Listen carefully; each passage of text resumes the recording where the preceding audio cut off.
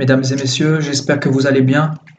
Voilà, je vais apporter un message aujourd'hui qui ne va pas plaire à beaucoup de personnes, mais je ne suis pas ici pour plaire aux hommes, je suis là pour dire la vérité.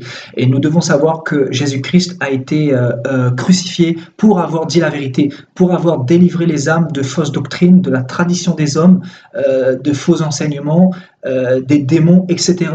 Et Paul, dans la Bible, disait, dans les derniers temps, les fidèles auront la démangeaison d'entendre des choses agréables parce qu'ils ne supporteront pas la sainte doctrine, mais ils auront la démangeaison d'entendre des choses agréables, qu'on leur caresse dans le sens du poil et qu'on ne leur dise pas la vérité. Mais vous devez savoir que pour être sauvé, pour rentrer dans le royaume des cieux et suivre ce véritable Jésus, non pas ce faux Jésus qui est prêché dans les nations, on doit accepter la parole même si elle est dure, elle est difficile. Donc aujourd'hui, je vais confronter le pape actuel qui se dit successeur de l'apôtre Pierre. Donc un successeur, nous sommes bien d'accord, doit être la continuité de l'initiale. Donc l'apôtre Pierre a posé, pour ainsi dire, les fondations qui est représentée par la parole, non pas par les briques. Et donc, nous allons essayer de comparer la vie et les prêches du pape à ceux de l'apôtre Pierre. Parce que Pierre nous a donné un certain nombre de prédications dans l'évangile primitif. Donc, nous retournons à la racine, à la source dans le livre des Actes. Et voilà, nous allons comparer à la vie du pape, pour voir si le pape est véritablement la continuité ou le successeur de l'apôtre Pierre, mes frères et sœurs. Donc pour commencer, nous allons partir dans Acte 2, verset 38. Pierre leur dit, « Repentez-vous et que chacun de vous soit baptisé au nom de Jésus-Christ pour le pardon de vos péchés, et vous recevrez le don du Saint-Esprit. » Donc là, ce passage, dans cette prédication, l'apôtre Pierre met l'accent dans le commencement de l'Église sur la repentance. Donc il dit au peuple de se repentir, d'abandonner la fornication, d'abandonner la magie, d'abandonner les rivalités, d'abandonner le manque de pardon, la masturbation, l'adultère, la méchanceté, etc. pour être purifiés, pour être pardonnés par Dieu de leurs péchés, afin de recevoir le Saint-Esprit et rentrer dans le royaume des cieux après leur mort. Donc voilà un premier message de l'apôtre Pierre. Et nous allons continuer dans Acte 3, verset 19. Pierre va dire, repentez-vous donc et convertissez-vous pour que vos péchés soient pardonnés, afin que des temps de rafraîchissement viennent de la part du Seigneur et qu'il envoie celui qui vous a été destiné, Jésus-Christ, que le ciel doit recevoir jusqu'au temps de rétablissement de toutes choses dont Dieu a parlé anciennement par la bouche des saints prophètes d'autrefois. Donc Pierre remet l'accent sur la repentance, mes frères et sœurs. Aujourd'hui, est-ce que le pape des catholiques parle de la repentance? Est-ce que les gens se convertissent véritablement dans cette église-là? Nous voyons bien évidemment que c'est faux. Le pape ne met pas l'accent sur la repentance. Il ne dit pas aux gens ouvertement d'abandonner le mal, d'abandonner l'homosexualité, d'abandonner la haine, le vol, etc. Mais il va passer par des détours. Il ne va pas être sincère, il ne va pas prêcher avec l'épée de l'esprit parce que il veut être approuvé des hommes. Et d'ailleurs, c'est pour cela que nous voyons une église catholique avec 1 milliard de fidèles. Et la Bible dit que dans Matthieu chapitre 7, verset 13, entrez par la porte étroite, car large est le chemin qui mène à la perdition, et beaucoup passent par là. Mais très peu trouvent le chemin de la vie éternelle. Et c'est la réalité aujourd'hui, mes frères et sœurs. Nous sommes arrivés en 2016 et justement, nous allons continuer à comparer. Donc, dans Acte 3, Pierre a fait une guérison miraculeuse, donc un boiteux de naissance qui avait une quarantaine d'années ne marchait pas bien et il a été délivré et il marchait normalement et le peuple était frappé de cette guérison-là et c'est ainsi que Pierre va donner ce discours-là devant la foule et Pierre va dire vous avez fait mourir le prince de la vie que Dieu a ressuscité des morts et nous en sommes témoins. Et c'est plus bas, il va dire, vous avez agi par ignorance. Donc, repentez-vous et convertissez-vous pour que vos péchés soient effacés. Donc, nous voyons que Pierre, ici, a été utilisé par le Seigneur pour guérir un boiteux. Et si nous continuons un peu plus loin dans Acte 5, verset 12, qui nous parle des nombreuses guérisons que Pierre a faites. Et notamment, quand Pierre passait quelque part, il y avait son ombre qui guérissait les malades. Les malades étaient guéris spontanément, mes frères et sœurs. C'est ça l'évangile primitif. Aujourd'hui, quand nous voyons la vie du pape actuel qui est au Vatican, est-ce que nous voyons les malades qui sont guéris quand ils passent quelque part, quand ils se baladent dans sa blouse blanche, mes frères et sœurs, en train de se montrer dans sa papamobile ou dans les avions ou dans les pays, etc. Est-ce que nous voyons des guérisons? Il n'y en a aucune, mes frères et sœurs. Voilà un élément qui nous permet de montrer que le pape n'a rien à voir comme successeur de l'apôtre Pierre, bien évidemment, parce que là où il passe, il n'y a aucune délivrance, il n'y a aucun démon qui est chassé, il n'y a aucune maladie qui disparaisse, mes frères et sœurs. Ici, la Bible dit que là où Pierre passait, où l'ombre de Pierre passait, les malades étaient guéris en multitude et les gens tourmentés par des esprits impurs étaient complètement délivrés et restaurés. Donc, si nous partons un peu plus loin, donc dans Actes chapitre 9, verset 36, dans ce passage, la Bible nous dit que Pierre va ressusciter une femme qui s'appelle Dorcas. Donc, une femme qui était morte, et Pierre va prier pour cette femme, et cette femme va ressusciter au nom de Jésus-Christ. Est-ce que l'apôtre actuel qui est au Vatican, qui se dit successeur de Jésus-Christ, successeur de Pierre, pardon, est-ce qu'il ressuscite les morts? Est-ce qu'il fait ce genre de miracle? Nous voyons et nous constatons que c'est faux. Donc, il ne peut pas être le successeur de l'apôtre Pierre, parce que ces fondations ne sont pas les fondations de l'évangile primitif. Paul disait dans Galates 1, verset 8, si on prêche un autre Jésus, un autre évangile, un autre message, qu'il soit anathème, qu'il soit maudit, parce que le véritable message ne peut pas être changé ou modifié. Ce n'est pas à l'homme de moderniser la parole, mais c'est à lui de s'adapter à la parole, parce que la parole de Dieu ne passera jamais.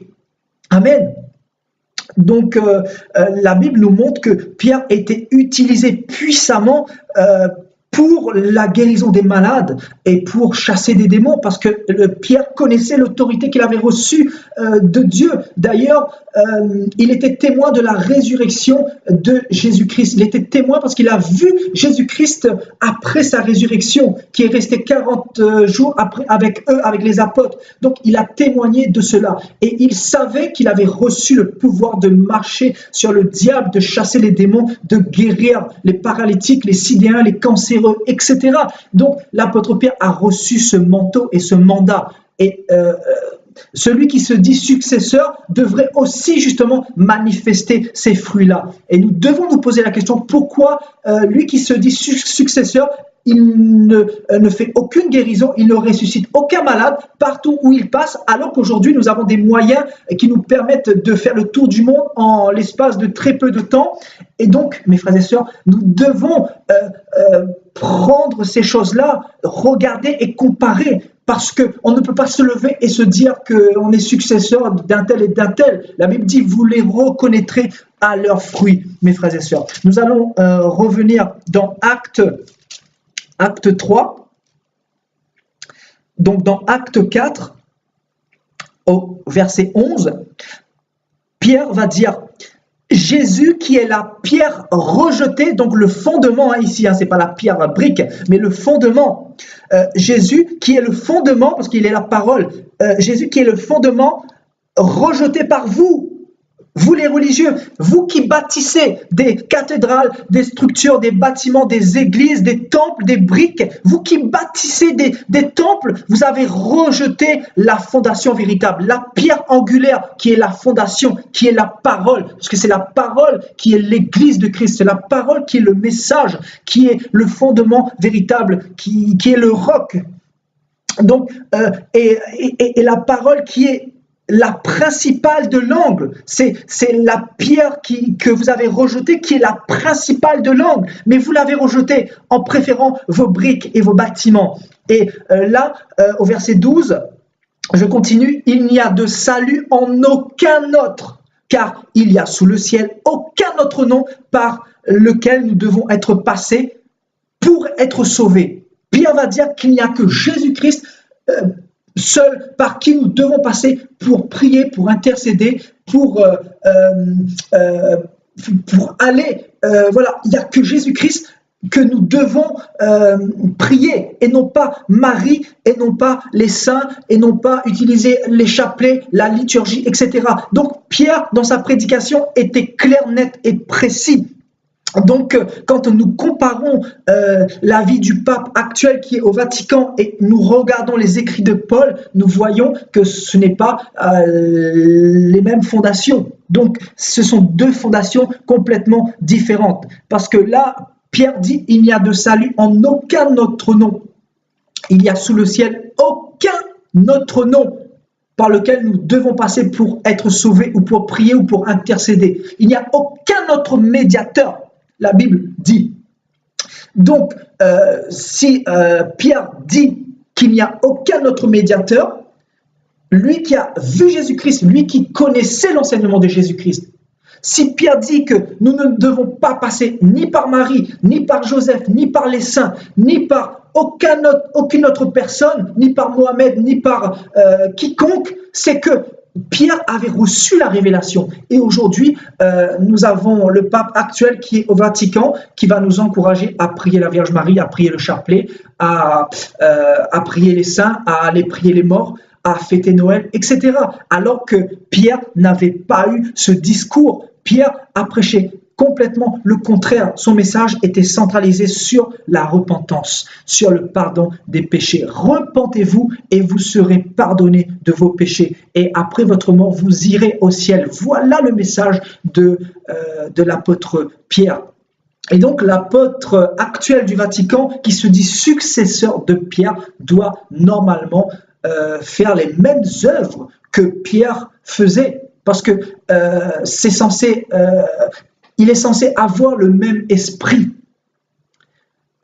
Paul dit dans 2 Corinthiens que dans ce monde, il y a deux Jésus qui est prêché. Il y a le véritable et il y a le faux Jésus, parce que le diable copie sur Dieu. Parce qu'il a voulu être adoré au ciel et il n'a pas pu. Donc il est venu se faire adorer sur la terre. Et les apôtres ont prêché contre l'idolâtrie, contre les statues, etc. Et Pierre même disait qu'il n'y a aucun autre médiateur autre que Jésus-Christ, parce que c'est Jésus-Christ qui est mort et qui est ressuscité. Il n'y a personne d'autre qui est ressuscité pour les péchés de l'humanité. Donc, Jésus d'ailleurs disait, vous avez préféré votre tradition que la parole de Dieu. Vous avez mis en profit votre tradition, la tradition des pères, la tradition de ce que nous avons reçu, au lieu que la parole de Dieu, frères et sœurs. Donc le diable est véritablement rentré dans l'humanité pour casser, pour perdre les âmes et pour emmener une multitude en enfer, mes frères et sœurs. Quand nous lisons la Bible et quand nous regardons la vie du pape actuel, frères et sœurs, ce n'est pas le même Jésus. C'est clair, net et précis. Moi qui vous parle, j'étais dans l'église catholique. Aujourd'hui, je dois dire la vérité pour que vous soyez sauvés, pour que vos âmes soient sauvées. Et ceux qui appartiennent au Seigneur, ceux qui sont destinés au royaume des cieux, vous allez simplement avoir la sagesse de vous acheter une Bible et d'aller vérifier tout ce que je suis en train de vous dire. Parce que Dieu s'est révélé à moi. Aujourd'hui, si je prêche ce message, ce n'est pas pour contrer les catholiques, mais c'est simplement pour vous dire la vérité, pour vous dire que si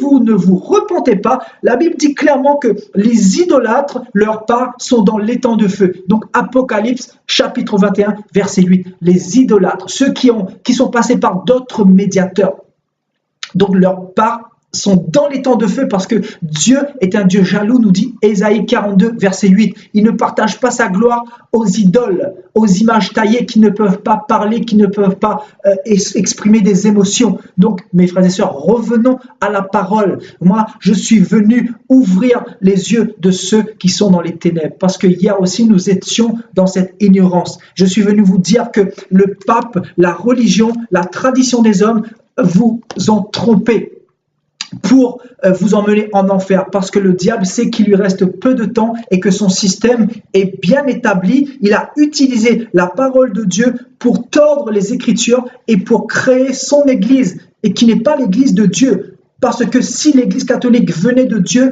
il aurait eu les mêmes œuvres, il aurait guéri les malades, il aurait chassé les démons, les sidéens auraient été guéris, les cancéreux auraient été guéris, les anémies auraient été guéris, etc. Mes frères et sœurs, c'est ça la puissance de la résurrection, parce que Jésus-Christ est mort pour nous donner cette capacité-là. Aujourd'hui, quand nous voyons le pape, il n'y a aucune de ces choses-là en lui, et encore moins par le biais des prêtres ou ceux qui suivent l'Église catholique.